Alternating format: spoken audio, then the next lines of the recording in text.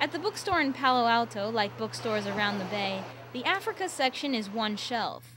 An entire diverse continent packed into one shelf with accounts of atrocities like Rwanda, heroes like Nelson Mandela, and theories of post-colonialism. But there is one book that came out this year that will take you directly from the Bay Area to Africa and back. In Married to Africa, former Wall Street Journal correspondent G. Pascal Zachary tells of being in love with an African woman named Chizo. In doing so, he exposes the reader to African music, food, art, and day-to-day experiences. We were robbed in Ivory Coast the day after I bought this statue.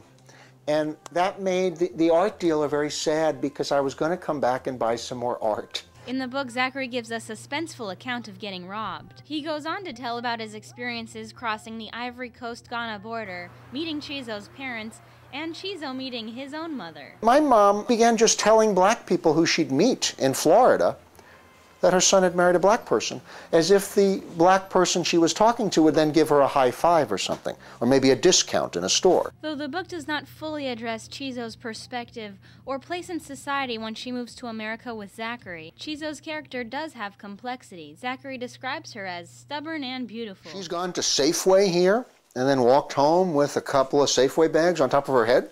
I can tell you that stops traffic.